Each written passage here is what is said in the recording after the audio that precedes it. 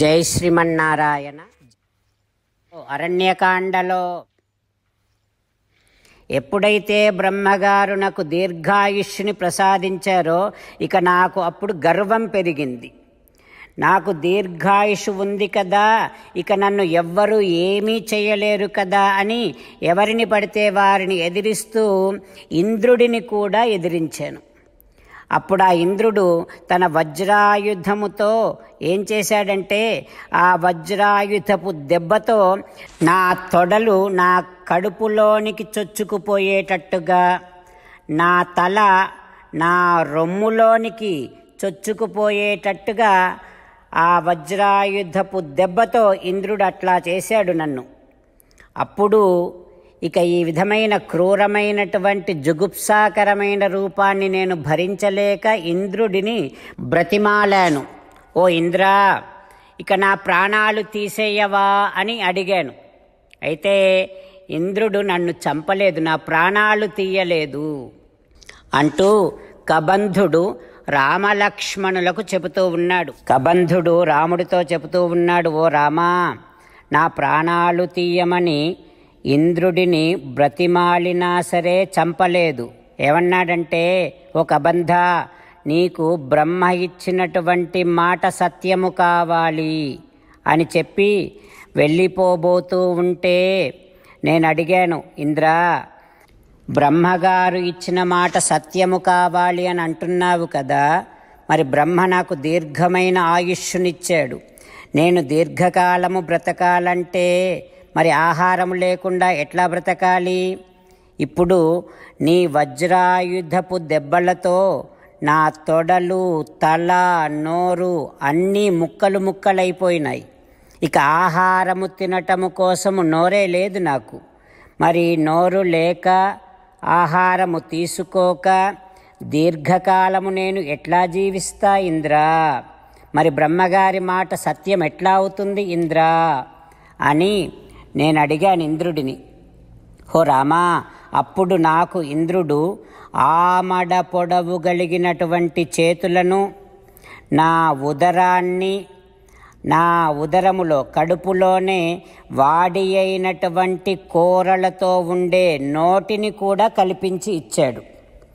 ఇక అప్పటి నుంచి ఇట్లాంటి వికృతమైనటువంటి రూపముతో నా పొడవైనటువంటి చేతులను చాచి సింహాలను, ఏనుగులను, మృగాలను, పులులను అన్నింటినీ తింటూ ఉన్నాను.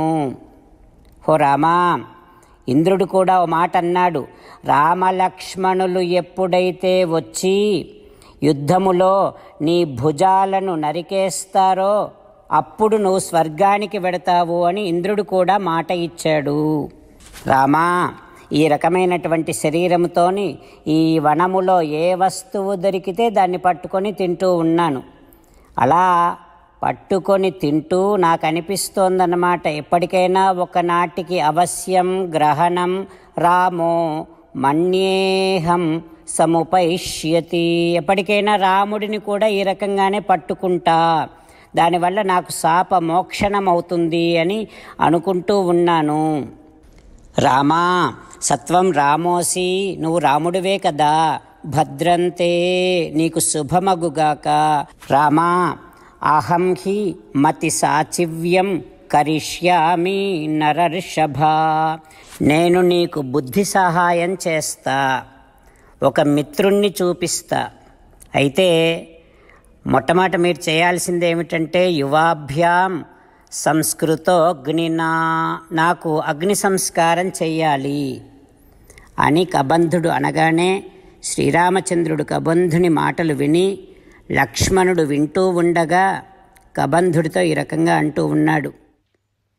సీతారామచంద్రులను మనసారా ధ్యానము చేస్తూ పరమదయాలువు పరమశివుడు చెప్పిన పరమపావన రామనామాన్ని చెబుతూ మనము రామనామ గానము చేస్తూ ఉంటే అదిగో సీతారామచంద్రులు, పార్వతీ పరమేశ్వరులు, ఆంజనేయస్వామి, సకల దేవతలు, పితృదేవతలు, మహర్షులు, ఆచార్యులు, భాగవతోత్తములు అందరూ మనని చూసి ఆనందముతో అనుగ్రహిస్తున్నటువంటి దృశ్యాన్ని భావన చేస్తూ నోరారా రామనామగానము చేద్దాం.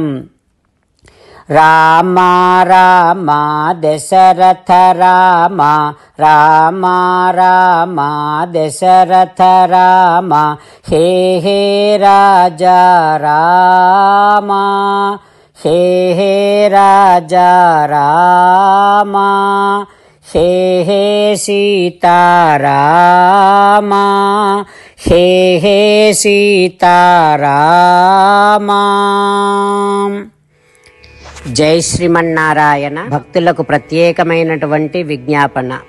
మీకు అన్ని విషయాలలో వెంటనే మంచి ఫలితాలు రావాలి అనంటే ప్రతిరోజు 1 నిమిషం వెచ్చించి నారాయణాస్త్రాన్ని చదవండి.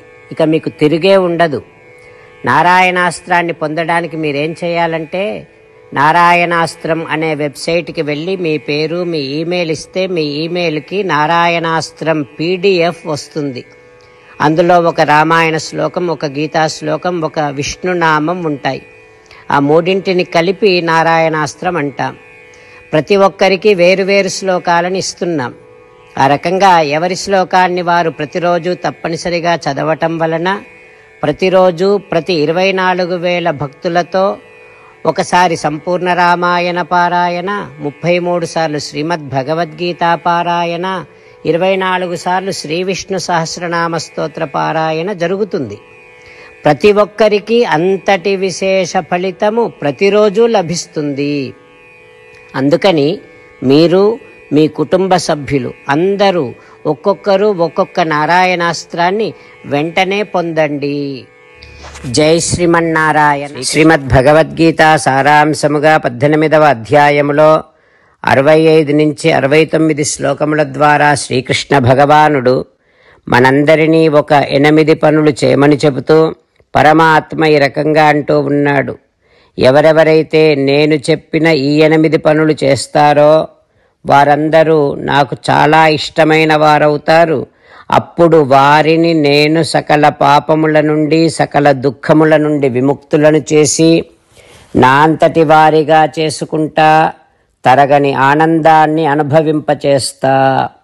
నిజమే చెబుతున్నా, ప్రమాణము చేసి చెబుతున్నా అంటూ సాక్షాత్తుగా దేవదేవుడైన శ్రీమన్నారాయణుడైన శ్రీకృష్ణ భగవానుడే మనను ఈ 8 పనులు చేయమని చెబుతూ ఉన్నాడు కనుక, హో శ్రీమన్నారాయణ కరిష్యే వచనం తవ, తప్పకుండా చేస్తా, నువ్వు చెప్పినట్టే చేస్తా అంటూ మనం ప్రతిరోజు దేవదేవుడైన శ్రీమన్నారాయణుడికి ఈ రకంగా మాట ఇద్దాం.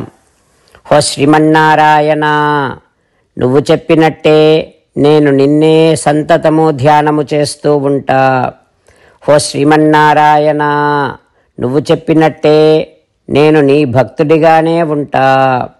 హో శ్రీమన్నారాయణ, నువ్వు చెయ్యమన్నట్టే నేను నా విధులను కర్తవ్యాలను నీ సేవగా నీ తృప్తి కోసమనే సక్రమంగా నిర్వర్తిస్తూ ఉంటా. హో శ్రీమన్నారాయణ, నువ్వు చెప్పినట్టే నేను నీవాడిని అనే మహావిశ్వాసాన్ని సంతతము కలిగి ఉంటూ నా హృదయములో నీకే నమస్కరిస్తూ ఉంటా. హో శ్రీమన్నారాయణ, మామేకం శరణం వ్రజ, నన్నొక్కడిని మాత్రమే శరణు వేడుకో అని నువ్వే అన్నావు కనుక నేను నిన్ను ఒక్కడిని మాత్రమే శరణు వేడుకుంటా. హో శ్రీమన్నారాయణ, మా శుచః, ఇక దుఃఖించకు అని నువ్వే నాకు భరోసా ఇస్తూ ఉన్నావు కనుక నేను ఇక దుఃఖించను.